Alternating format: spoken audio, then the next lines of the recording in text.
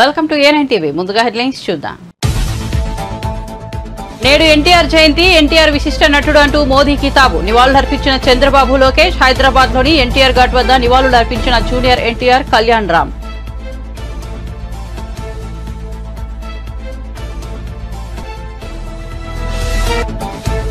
మూడు కేసుల్లోనూ YCP MLA పిన్నెల్లికి ముందస్తు bail. June 6 వరకు అరెస్టు నుంచి రక్షణ. మధ్యంతర ఉత్తర్వులు జారీ చేసిన ఏపీ హైకోర్టు. ఎన్నికల కౌంటింగ్ ప్రక్రియ ముగిసే వరకు చర్యలేవి తీసుకోవద్దని పోలీసులకు ఆదేశం.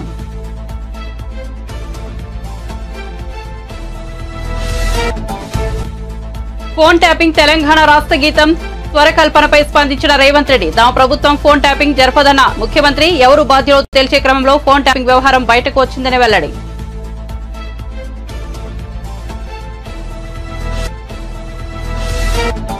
తెలుగు రాష్ట్రాల్లో సంచలనం. చిన్నారుల అమ్మకాల గుట్టురట్టు. ముఠా నుంచి 16 మంది చిన్నారులను కాపాడిన మేడిపల్లి పోలీసులు. వీరిలో చాలా మంది ఇతర రాష్ట్రాలకు చెందిన పిల్లలు ఉన్నట్లు గుర్తింపు.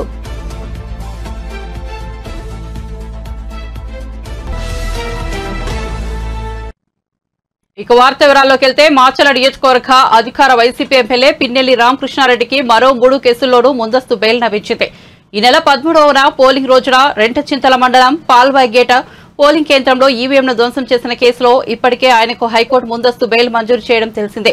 అయితే ఆ తర్వాత రోజు జరిగిన దాడులు, బాధితులను బెదిరించారనే ఆరోపణలపై పోలీసులు 2 కేసులు పెట్టారు. అలాగే ఓ సీఐపై జరిగిన దాడి కేసులోనూ ఆయన పేరును ఎఫ్ఐఆర్లో చేర్చారు. దీంతో ఈ 3 కేసుల్లోనూ తనకు ముందస్తు బెయిల్ ఇవ్వాలంటూ ఆయన ఏపీ హైకోర్టును ఆశ్రయించారు. ఈ కేసులో సోమవారం ఇరుపక్షాల వాదనలు పూర్తి కావడంతో తీర్పును రిజర్వులో ఉంచిన న్యాయస్థానం మంగళవారం తీర్పు వెలువరించింది. జూన్ 6వ తేదీ వరకు పిన్నెల్లిని అరెస్ట్ చేయరాదని పోలీసులకు ఆదేశించింది. కౌంటింగ్ ముగిసే వరకు పిన్నెల్లిపై ఎలాంటి చర్యలు తీసుకోవద్దని స్పష్టం చేసింది. ఈవీఎం ధ్వంసం కేసులో ముందస్తు బెయిల్ ఇస్తూ విధించిన షరతులే ఈ కేసులకు వర్తిస్తాయని తెలిపింది. కేసుల తదుపరి విచారణను జూన్ 6వ తేదీకి వాయిదా వేసింది.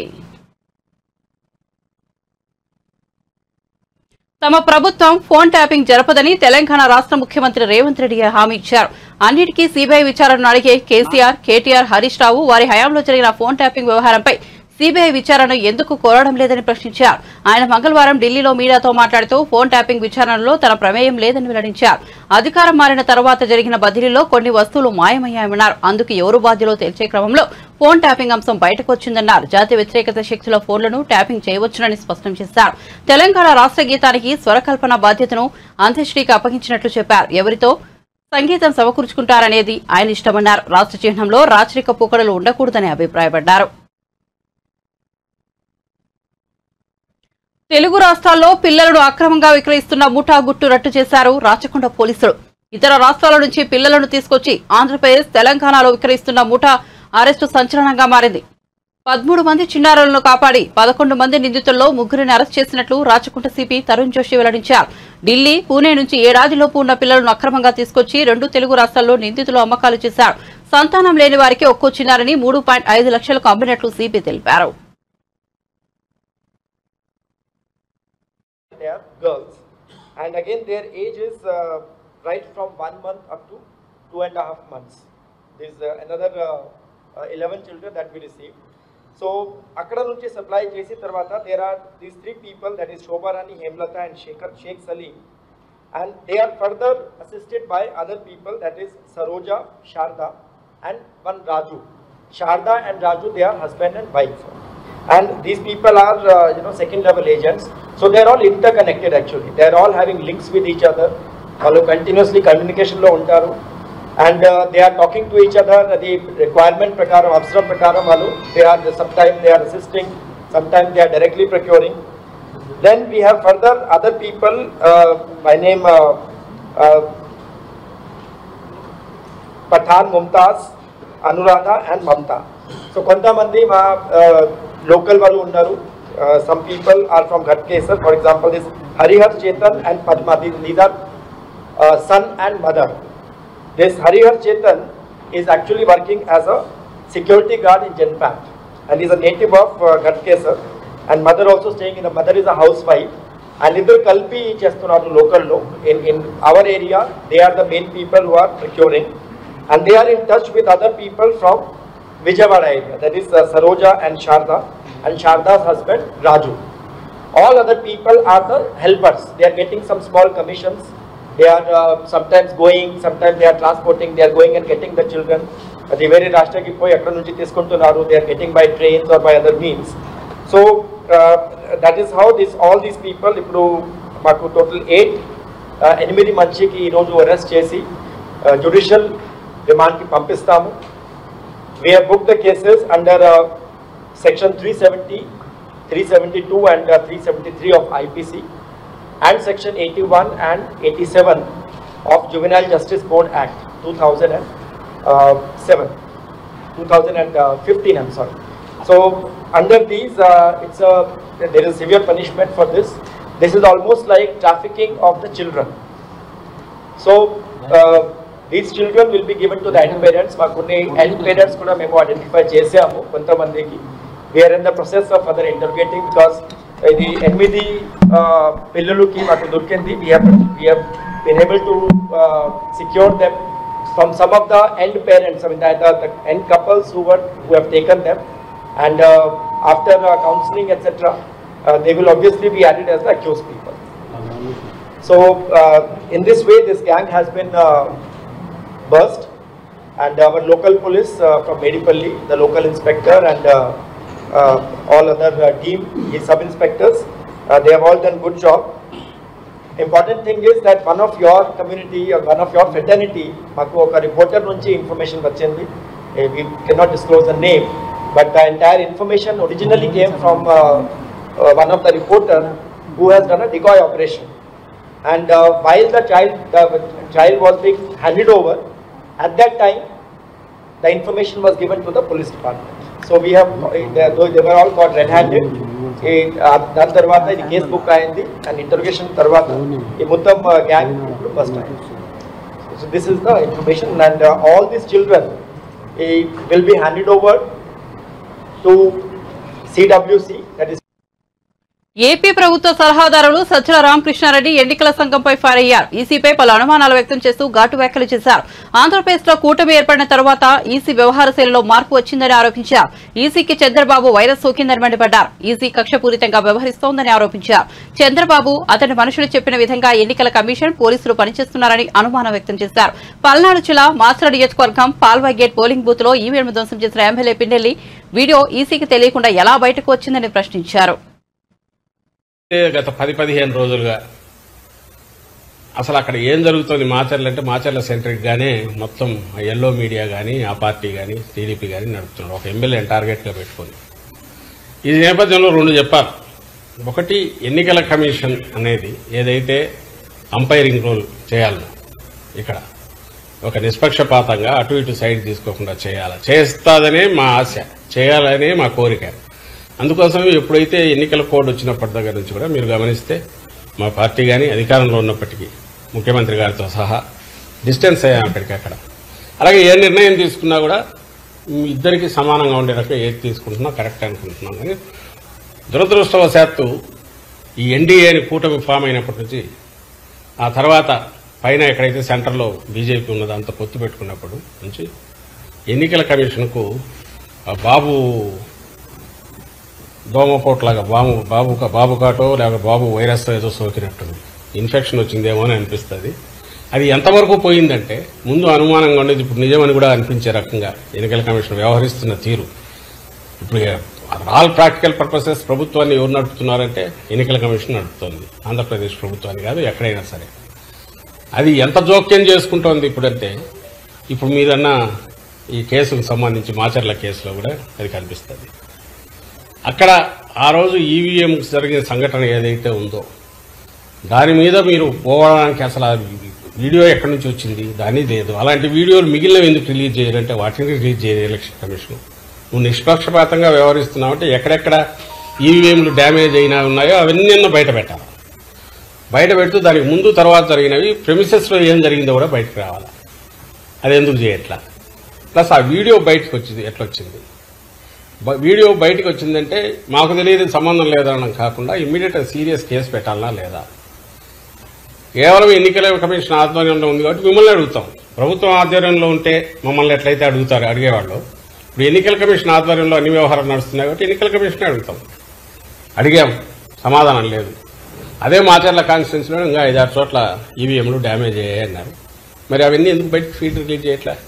ఇదే పాల్వాయి గేట్ ఎక్కడ అంటున్నారో బయట వీడియోలు మేము చూపించాము, ఎన్నికల కమిషన్కి ఇచ్చాము. ప్రెమిసెస్లో అడ్డంగా కొడుతున్నారు న్యూట్రల్ ఓటర్స్ కానీ, వైఎస్ఆర్సీపీ ఓటర్స్ కానీ, లేకపోతే ఎస్సీ బీసీ మైనారిటీలకు చెందిన ఓటర్లను కానీ రానివట్ల టీడీపీ వాళ్ళు అడ్డంగా కొడుతున్నారు.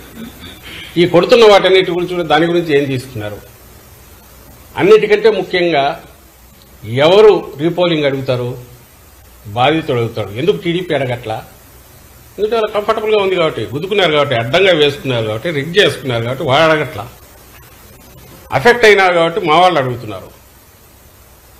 దానికి ఆన్సర్ ఇవ్వాలంటే నువ్వు అన్ని వైపులో చూస్తే తప్ప ఆన్సర్ ఇవ్వలేనప్పుడు ఏకపక్షంగా పోయి కేసు పెట్టి దాని మీద ఇంటీరియం బెయిల్ తెచ్చుకొని అంతవరకు ఎన్నికలు అయ్యేంతవరకు కూడా ఏ యాక్షన్ తీసుకోవద్దని కోర్టు నుంచి తెచ్చుకుంటే, కోర్టును కూడా మోసం చేసే రకంగా కోర్టు డైరెక్షన్ వచ్చిన తర్వాత పాత కేసులు తీసి దాంట్లో మళ్ళీ ముద్దాయిగా పెట్టి 307 పెట్టి ఓ సిఐ 10 రోజులు ఎక్కడ నిద్రపోతున్నాడండి వాడు సిఐ? అతనికి అప్పుడే దెబ్బ తగిలింటే అప్పుడే కదా కేసు ఇది కావాలి. 307 ఇప్పుడు ఎట్లా చూసేసింది? అది పెట్టి అది కూడా ఇప్పుడు కోర్టుది వచ్చిన తర్వాత మళ్ళీ 3 కేసులు దొరుకుతాయి అంటే వస్తే అరెస్ట్ చేయాలని ఈరోజు దాంట్లో కూడా ఇచ్చినట్టుంది. మళ్ళీ పెడతామో తెలియదు ఇంకొన్ని కేసుల్లో. ఈ విచ్ హంటింగ్ కానీ లేదంటే విండిక్టివ్ కక్ష సాధింపుతో కానీ ఎన్నికల కమిషన్ పోవాల్సిన అవసరం ఏమొచ్చింది? దానికి ఎన్నికల కమిషన్ పరిధిలో పనిచేస్తున్న ఇప్పుడు పోలీసు యంత్రాంగం ఎందుకు పోతుంది? ప్రజలు ఆలోచించాలి దీని గురించి. ఇంతకంటే క్లాసిక్ కేసు ఎక్కడన్నా ఉంటుందో మేము వేగ్గానే అట్లా. రెండవది, ఆ సిఐ తరఫున ఒక అనాథరైజ్డ్ ప్రైవేటు ఒక అడ్వకేట్ లాయర్ వచ్చేసి తను రిప్రజెంట్ చేస్తారు గవర్నమెంట్ దీని నుంచి. ఎవరు పర్మిషన్ ఇచ్చారు? ఎట్లా వచ్చాడు తెలియదు. అసలు ఎంతవరకు పోతున్నారంటే బెయిల్ ఇచ్చిన తర్వాత అతను నర్సరావుపేటకు వస్తే అక్కడికి కోర్టు గైడ్లైన్స్ కూడా చెప్పింది, నర్సరావుపేటలో ఉండు, కిందికి పోవద్దని. అక్కడ అతను సర్వేలెన్స్ పెట్టండి అంటే మేము సర్వేలెన్స్ పెట్టడానికి అతను ఇక్కడ లేడు కాబట్టి అతను పిలిపించండి, మేము సర్వేలెన్స్ పెట్టాలి కదా అంటే అది వయలేషన్ అంట. ఏమన్నా అర్థం ఉందండి ఇది? అంటే ఆ ఎక్స్టెంట్కి ఎందుకు పుష్ చేస్తున్నారు? పోనీ అందరి మీద ఇదే చేస్తున్నారా? మరి తాడిపత్రిలో నాకు తెలిసి ఆ అభ్యర్థి మీద కేసులు ఉన్నట్టున్నాయి. వాడి జోలికి పోవట్లా. అక్కడ నాన్ బెయిలబుల్ పెట్టచ్చు, 3 చేసి అక్కడ చేయట్లా. ఒక్క మాచర్ల మీదే ఇది పెడుతుంది. ఇంకా అనుమానాలు రావా? అనుమానాలు రావడం ఏంది? రుజువు కావట్లేదు. అక్కడ పూర్తిగా కక్ష సాధింపుతో చంద్రబాబు ఎట్లంటే ఆయన రిమోట్ కంట్రోల్తో ఆయన కానీ ఆయనకు కావాల్సిన వాళ్ళు కానీ ఆ పార్టీ నాయకులు కానీ అన్నదానికి తగినట్టే ఎన్నికల కమిషను లేదా దాని ఆధ్వర్యంలో పనిచేస్తున్న పోలీసు యంత్రాంగం కానీ ఇతర అధికారులు కానీ పనిచేస్తున్నారేమో, వ్యవహరిస్తున్నారేమో అని ఖచ్చితంగా అనిపిస్తుంది. పోస్టల్ బ్యాలెట్ లోడ్ల లెక్కింపులో నిబంధనలను సడలిస్తూ సీఈఓ ప్రత్యేక గైడ్లైన్స్ ఇవ్వడం పట్ల వైసీపీ నేత పేర్ని నాని అభ్యంతరం వ్యక్తం చేశారు. అన్ని రాష్ట్రాలకు పోస్టల్ బ్యాలెట్ కవర్లు 13A, 13B నిబంధనలను పంపించారని తెలిపారు. గెజిటెడ్ అధికారం సంతకం పెట్టి స్టాంపు వేయాలని, స్టాంపు లేకపోయినా చేత్తో రాయకపోయినా సరే ఆమోదించబోమని చెప్పారని గుర్తు చేశారు. కానీ ఇప్పుడు కొత్తగా అలా స్టాంపు వేయకపోయినా చేత్తో రాయకపోయినా సరే ఆమోదించాలని అన్నారని తెలిపారు. దేశంలోని ఏ రాష్ట్రంలో నిబంధనలు ఏపీలోనే ఎందుకు తీసుకొచ్చారని ప్రశ్నించారు. వాళ్ళు స్టాంప్ వేయకపోయినా చేసి ఏమని పంపించారా అంటే, ఒకవేళ వాళ్ళు కనుక చేత్తో కూడా డిజిగ్నేషన్ రాయకపోతే స్పెసిఫిక్ సిగ్నేచర్లందరికీ కూడా అన్నీ కలెక్ట్ చేసి ఆ కౌంటింగ్ అధికారులకు ఇవ్వండి. ఆ కౌంటింగ్ అధికారులు ఇచ్చిన చోట ఒకవేళ వాళ్ళు స్టాంప్ వేయకపోయినా చేత్తో రాయకపోయినా ఆ స్పెసిఫిక్ సిగ్నేచర్ చెక్ చేసుకోవచ్చు అని చెప్పి నేను ఇచ్చారు. దీని మీద మా అభ్యంతరాన్ని వ్యక్తం చేశాం. ఎందుకంటే ఆ స్పెసిఫిక్ సిగ్నేచర్కి అంటే ఒకటి ముందు భారతదేశంలో ఏ రాష్ట్రంలో కూడా ఈ వెసులుబాటు లేనటువంటి ఇంటర్ప్రిటేషన్ ఈ రాష్ట్రంలో ఎందుకు ఇచ్చారు? ఒకవేళ మీరు ఏదైనా ఒక రాజకీయ పార్టీ మీకు ఈ సందేహాన్ని వెలబుచ్చితే మీరేం చేయాలి? కేంద్ర ఎన్నికల సంఘానికి ఇక్కడ రాయాల్సింది. ఇక్కడ ఎంత పెద్ద అభియోగాన్ని, నేరాన్ని అవతల చేస్తున్నారు మేము ఇచ్చిన పెద్దానికి మీరు కేంద్ర ఎన్నికల సంఘానికి రాస్తున్నారు కదా, మరి దీన్ని ఎందుకు రాయలేదు? రాయకుండా మిగతా రాష్ట్రాల్లో లేనటువంటి వెసులుబాటు ఈ రాష్ట్రంలోనే ఎందుకు ఇచ్చారనేది మా అభ్యంతరాన్ని వ్యక్తం చేస్తూ మీరు పునరాలోచించాలి. దీనివల్ల స్మూత్గా అంటే పారదర్శకంగా ఘర్షణ లేని వాతావరణంలో అత్యంత పారదర్శకంగా జరగాల్సినటువంటి ఎన్నికల ఓట్ల లెక్కింపు రసాబసా అయ్యేటువంటి కార్యక్రమం జరగబోతోంది. ఎందుకని మీ స్పెసిఫిక్ సిగ్నేచరు పెట్టిన సంతకం మీరు ఏదైతే ప్రొవైడ్ చేసి ఆర్ఓలకు ప్రొవైడ్ చేసినటువంటి స్పెసిఫిక్ సిగ్నేచర్ ఈ బ్యాలెట్ పేపర్ మీద ఈ ఫారం కవర్ 13B 13Cలో ఉన్నటువంటి మీరు చేసినటువంటి వాటి మీద ఆ సంతకం చిన్న స్ట్రోక్ తేడా వచ్చినా ఎవరో ఒకరు అబ్జెక్ట్ చేస్తారు. ఎంతమంది ఏజెంట్లు ఉంటారు? 15-20 మంది కౌంటింగ్ ఏజెంట్లు ఉంటారు. ఒక్కడు అబ్జెక్ట్ చేసినా కూడా అది అభ్యంతరమే. ఈ గొడవలకు దారితీసేటువంటి పరిస్థితులు. ఎందుకని ఇంకోటి చెప్తున్నాం, ఆ ఇంటర్ప్రిటేషన్లో కూడా వారు రాసే దాంట్లో కూడా ఏమని రాశారంటే ఫెసిలిటీ సెంటర్ అంటే ఫెసిలిటేషన్ సెంటర్. పోస్టల్ బ్యాలెట్ వెయిటాకి ఫెసిలిటీ సెంటర్ కూడా ఆర్ఓలే ప్రొవైడ్ చేశారు. కాబట్టి రాజ్యాంగం ఏం చెప్తుందంటే ప్రాథమిక హక్కు ఓటు వేయటం అంటది, అంతేగాని అది సీక్రెట్గా ఉండాలి. ఈ రచ్చలో ఏమవుతుంది, ఆ ఓటు ఎవరిదో తెలుస్తుంది, చెప్పాల్సిందే కదా. ఓటు ఎవరిదో తెలిసేటువంటి పరిస్థితులు ఉన్నాయి. రెండవది సీక్రెసీ అనేది మనకి రాజ్యాంగం చెప్పి ఎలక్షన్ కమిషన్ ఆఫ్ ఇండియా చెప్పినటువంటి సీక్రెసీ అనేది పోతుంది. రెండవది రచ్చ రభస అయ్యేటువంటి కార్యక్రమం. సహజంగా మనమే ఉంటాం, బ్యాంకుకి వెళ్ళినప్పుడు స్పెసిఫిక్ సిగ్నేచర్ పెట్టమన్నప్పుడు మానవ నైజం చాలా జాగ్రత్తగా మన సంతకాన్ని పెడతాం. అదే ఒక 100 చెక్కులు ఇచ్చి 100 మీద నీ సంతకం పెట్టమంటే ఖచ్చితంగా స్ట్రోకులు తేడా ఉంటాయి. లేదు నువ్వే 100 సంతకాలు కాగితాలు ఇచ్చి ఒకేసారి 100 సంతకాలు పెట్టమంటే నిర్లక్ష్యం వస్తుంది, విసుగు వస్తుంది. మరి స్ట్రోక్ తేడా ఉంటే అబ్జెక్షన్ చేస్తే ఇదంతా రచ్చే కదా, గొడవలకు దారి తీసేటువంటి పరిస్థితులే కదా. ఎలక్షన్ కమిషన్ ఆఫ్ ఇండియా చెప్పనటువంటి నియమావళిని మీరు ఎట్లా ఇంటర్ప్రిట్ చేస్తారు? చేయకూడదు కదా. ఎలక్షన్ కమిషన్ ఆఫ్ ఇండియా లేనటువంటి నియమావళిని, వెసులుబాటుని కేవలం ఆంధ్రప్రదేశ్ రాష్ట్రంలో ఒక రాజకీయ పార్టీ వచ్చి కాగితం ఇవ్వగానే ఈ రకమైన ఇంటర్ప్రిటేషన్ ఇవ్వటం అనేది ఎలా పారదర్శకంగా ఉంటుంది, ఎలా నిష్పక్షపాతంగా ఉంటుంది? కాబట్టి దీన్ని పునరాలోచించాలని చెప్పని ఆంధ్రప్రదేశ్ రాష్ట్ర ఎన్నికల సంఘాన్ని మేము కోరటం జరిగింది. దీన్ని కూడా వారు కూడా చూపించడం జరిగింది. వారు కూడా తీశారు బయటికి. వారు కూడా ఎలక్షన్ కమిషన్ ఆఫ్ ఇండియాలో చూసి అన్నీ కూడా చెప్పాం. ఈ రిప్రజెంటేషన్ మరి వారికి ఇవ్వడం జరిగింది. ఇచ్చి టీడీపీ వ్యవస్థాపకుడు దివంగత మాజీ ముఖ్యమంత్రి ఎన్టీఆర్ 101వ జయంతి సందర్భంగా ఆయన కుటుంబ సభ్యులు నివాళులర్పించారు. హైదరాబాద్లోని ఎన్టీఆర్ ఘాట్లో ఆయన మనవళ్లు జూనియర్ ఎన్టీఆర్, కళ్యాణ్ రామ్ అంజలి ఘటించారు. తెల్లవారుజాము నుంచే ఘాట్ వద్దకు చేరుకుని తాతను స్మరించుకున్నారు.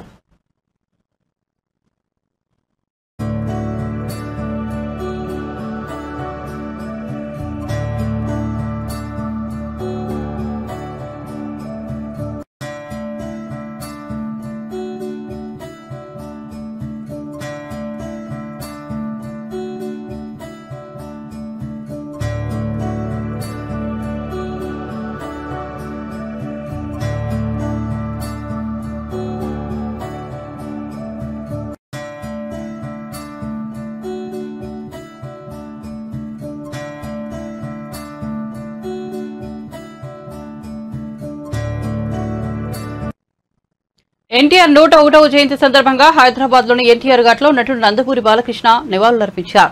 అనంతరం ఆయన మీడియాతో మాట్లాడుతూ రాజకీయ చైతన్యం తీసుకొచ్చిన మహానీయుడు ఎన్టీఆర్ అని కొనియాడారు.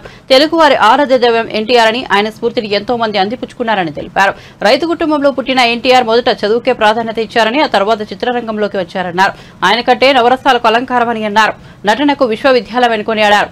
సినీ రంగంలో మొకటం లేని మహారాజుగా వెలుగొందుతున్న సమయంలోనే రాజకీయాల్లోకి వచ్చారని తెలిపారు.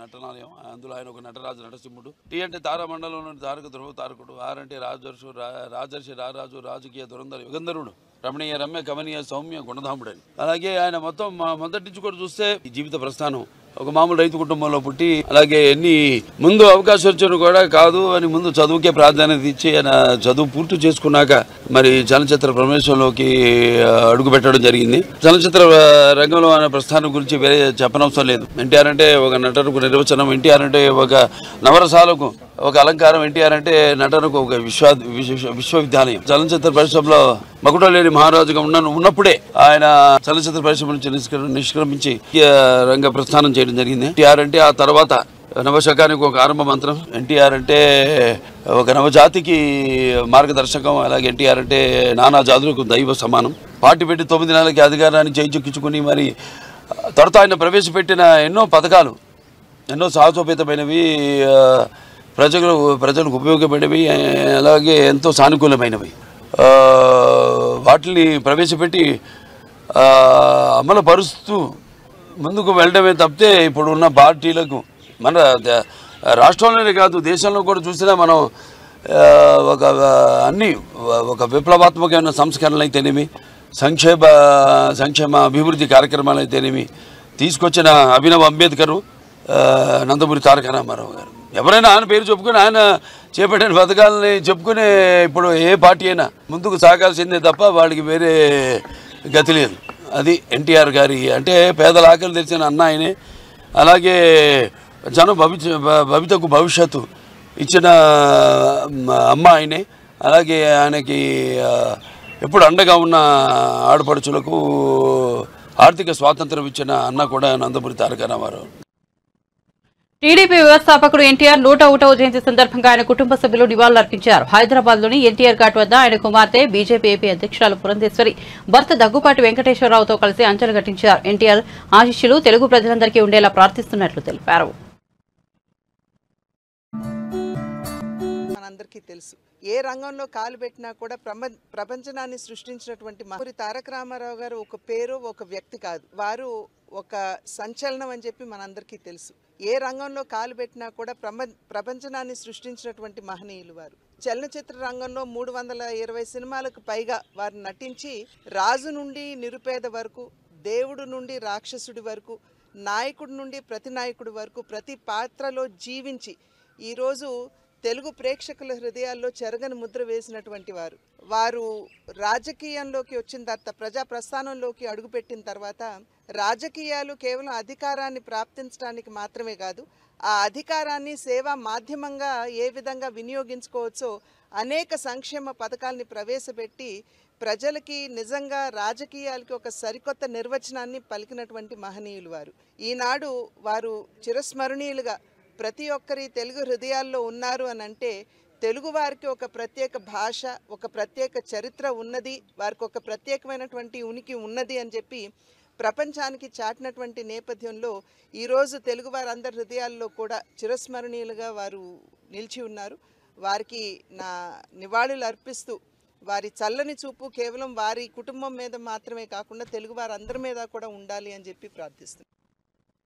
సాహసానికి మారుపేరు ఎన్టీఆర్ అని టీడీపీ నేత రఘురామకృష్ణ అన్నారు. ఎన్టీఆర్ జయంతి సందర్భంగా ఆయనకు నివాళులు అర్పించారు. భారతరత్న పురస్కారానికి పూర్తి అర్హత ఉన్న వ్యక్తి ఎన్టీఆర్ అని కొనియాడారు.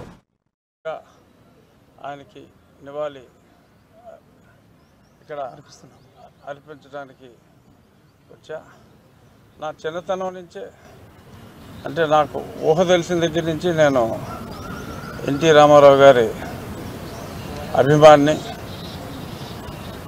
1994లో ఎన్టీ రామారావు గారు సాధించిన విజయాల్లో కల్లా అతి గొప్ప విజయం ఈనాడు మళ్ళీ ఆయన స్ఫూర్తితో ఈ 2024లో చంద్రబాబు నాయుడు గారి నాయకత్వంలో సాధించబోతున్నాం అని ఖచ్చితంగా చెప్పడానికి నేను గర్వపడుతున్నా. ఇంకొక 7 రోజుల్లో అదే వస్తుంది. సాహసానికి మారుపేరు రామారావు గారు. సరే, రామారావు గారి సినిమాల గురించి ఆయన ఎంత గొప్పవాడో చెప్పడానికి ఎన్ని రోజులు మాట్లాడుకున్నా అది సరిపోదు. ఆయన చిరస్మరణీయుడు, తెరస్మరణీయుడే కాదు చిరస్మరణీయుడు. నాకు ఒక 5-6 సందర్భాల్లో 91 నుంచి 94 ఆ మధ్యన రామారావు గారితో కాస్త సన్నిహితంగా ఒక 5-6 సార్లు అంటే సుమారు 1 గంట సేపు అలా గడిపే అవకాశం దక్కింది. అది నా జీవితంలో మరపురాని మధుర క్షణాలని చెప్పి నేను ఖచ్చితంగా చెప్పగలను. ఆయన ఒక గొప్ప మానవతావాది. అటువంటి మానవతావాది ఈ శతాబ్దంలో లేరనే నా పరిపూర్ణ విశ్వాసం. భారతరత్న అవార్డుకి గౌరవం రావాలి అంటే అంటే గౌరవం తగ్గింది అని నేను అంటలేదు, కానీ ఆ అవార్డుకి పునర్వైభవం రావాలి అంటే ఖచ్చితంగా నందమూరి తారక రామారావు గారికి ఆ అవార్డు ఇచ్చి తీరాలి. ఎంతోమంది నాయకుల్ని మనం స్మరించుకుంటున్నాం, కానీ ఎన్టీ రామారావు గారి స్థాయి ఆ నాయకులు అందరికన్నా కూడా అతిపెద్ద స్థాయి. తెలుగు రాష్ట్రాలు రెండిట్లోనూ రామారావు గారి జయంతిని మరి ఒక రాష్ట్ర ప్రభుత్వం సెలవు ప్రకటించాలి అని నేను పని దొంగలాగా మాట్లాడను, కానీ సెలవు ప్రకటించకపోయినప్పటికీ కూడా రాష్ట్ర ప్రభుత్వం స్పెషల్గా 2 రాష్ట్ర ప్రభుత్వాలు కూడా రామారావు గారి జన్మదినాన్ని ఒక తెలుగువారి ఉత్సవంగా ప్రకటించాలి. ఆ రోజు ప్రత్యేకంగా ప్రభుత్వ కార్యాలయాలన్నింటిలో, ఇప్పుడు ఆ పక్కన ఉన్న సెక్రటేరియట్ ఎలా ఉందో అలాగా ప్రభుత్వ కార్యాలయాల్లో ఒక అంబేద్కర్ జయంతి ఎన్నో జరుపుకుంటున్నాం, మనం జగజీవన్ రామ్ జయంతి జరుపుకుంటున్నాం. అంతకు ఆ స్థాయిలో మనం తెలుగువారందరూ కూడా, ప్రపంచంలో ఉన్న తెలుగువారందరూ కూడా నందమూరి తారక రామారావు గారిని గౌరవించుకోవాల్సిన అవసరం ఉంది. ఖచ్చితంగా రాబోయే నెక్స్ట్ భారతరత్న మన నందమూరి తారక రామారావు గారికే ఇచ్చి కేంద్ర ప్రభుత్వం గౌరవిస్తుందని చెప్పి నా పరిపూర్ణ విశ్వాసం. ఆ దిశగా తెలుగు ప్రజలందరూ కూడా ప్రతిజ్ఞ చేసి, అంటే అవార్డు తెచ్చుకుంటే వచ్చేది కాదు, అయినప్పటికీ కూడా మరి కొన్నిసార్లు కొంతమంది గొప్ప వ్యక్తుల వ్యక్తిత్వాన్ని గుర్తు చేయవలసిన అవసరం ఉంది. ఆ బాధ్యత తెలుగువాడు అని చెప్పుకోవడానికి గర్వపడేలాగా చేసిన మహానుభావుడు ఎన్టీ రామారావు గారు. సంక్షేమ కార్యక్రమాలకి ఆదికర్త, సృష్టికర్త ఎన్టీ రామారావు గారు. అటువంటి మహానుభావుడిని ఈ 101వ జయంతి సందర్భంగా ఇక్కడికి వచ్చి వారికి నివాళి అర్పించినందుకు మరొక్కసారి ఒక తెలుగువాడిగా తెలుగు జాతి ఖ్యాతిని ప్రపంచంలోని నలుమూలలా విస్తరించిన ఆ విశ్వవిఖ్యాత నట సార్వభౌముడికి, ఆ విశ్వవిఖ్యాత మానవతావాదికి మరొక్కసారి శిరస్సు వచ్చి నమస్కారం చేస్తూ జోహార్ ఎన్టీఆర్, జోహార్ ఎన్టీఆర్, జై తెలుగుదేశం. నందమూరి తారక రామారావు గారి 101వ జయంతి సందర్భంగా ఆయనకి నివాళి. తిరుమల శ్రీవారిని నిర్మాత దిల్రాజు కుమార్తె హర్షితారెడ్డి, లవ్ మీ చిత్ర నటుడు ఆశీష్ రెడ్డిలు దర్శించుకున్నారు. వీఐపీ ప్రారంభ విరామ దర్శన సమయంలో వీరు స్వామివారి సేవలో పాల్గొన్నారు. గర్భాలయంలో స్వామివారిని దర్శించుకుని లవ్ మీ చిత్రం విజయవంతం కావాలని ప్రార్థించారు. త్వరలో రామ్ చరణ్ కథానాయకుడిగా నటించిన గేమ్ చేంజర్ చిత్రం ప్రేక్షకుల ముందుకు రానున్నట్లు హర్షితారెడ్డి తెలిపారు. దర్శనం బాగా అయింది. ఇంతకంటే మంచి మాకు బ్లెస్సింగ్ దొరకదు. అందుకే ప్రతి సినిమాకి మాకు రిలీజ్ అయిన వెంటనే ఒక 1-2 డేస్లో వెంకటేశ్వర స్వామి దర్శనం చేసుకోవడానికి వస్తాం. చాలా రిఫ్రెషింగ్ ఉంది, చాలా హ్యాపీగా ఉంది. అండ్ థ్యాంక్ యూ వెంకటేశ్వర స్వామి మమ్మల్ని దీవించారని కోరుకుంటూ సినిమాకి వెళ్ళండి, లవ్ మీ ఫ్యూచర్ చూస్తూ ఉండండి నెక్స్ట్ సినిమాలు వచ్చేదాకా. ఐ హోప్ అందరికీ నచ్చుతుంది.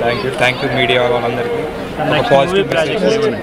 నెక్స్ట్ సెల్ఫిష్ ఉంది, దాని తర్వాత సితారా ప్రొడక్షన్స్లో ఒక సినిమా ఉంది, అది త్వరలో అనౌన్స్ చేస్తాం.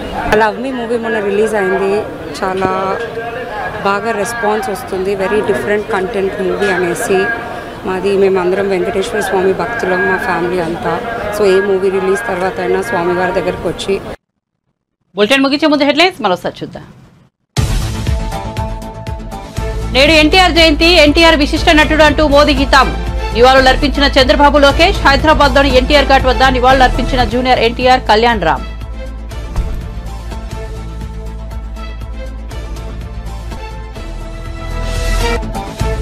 మూడు కేసుల్లోనూ వైసీపీ ఎమ్మెల్యే పిన్నెలకి ముందస్తు బెయిల్. జూన్ 6 వరకు అరెస్టు నుంచి రక్షణ. మధ్యంతర ఉత్తర్వులు జారీ చేసిన ఏపీ హైకోర్టు. ఎన్నికల కౌంటింగ్ ప్రక్రియ ముగిసే వరకు చర్యలేవి తీసుకోవద్దని పోలీసులకు ఆదేశం.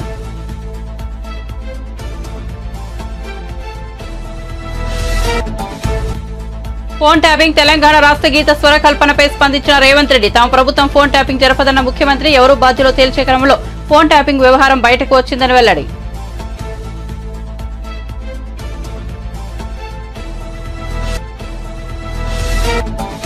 తెలుగు రాష్ట్రాల్లో సంచలనం చిన్నారుల అమ్మకాల గుట్టురట్టు ముఠా నుంచి 16 మంది చిన్నారులను కాపాడిన మేడిపల్లి పోలీసులు వీరిలో చాలా మంది ఇతర రాష్ట్రాలకు చెందిన పిల్లలు ఉన్నట్లు గుర్తింపు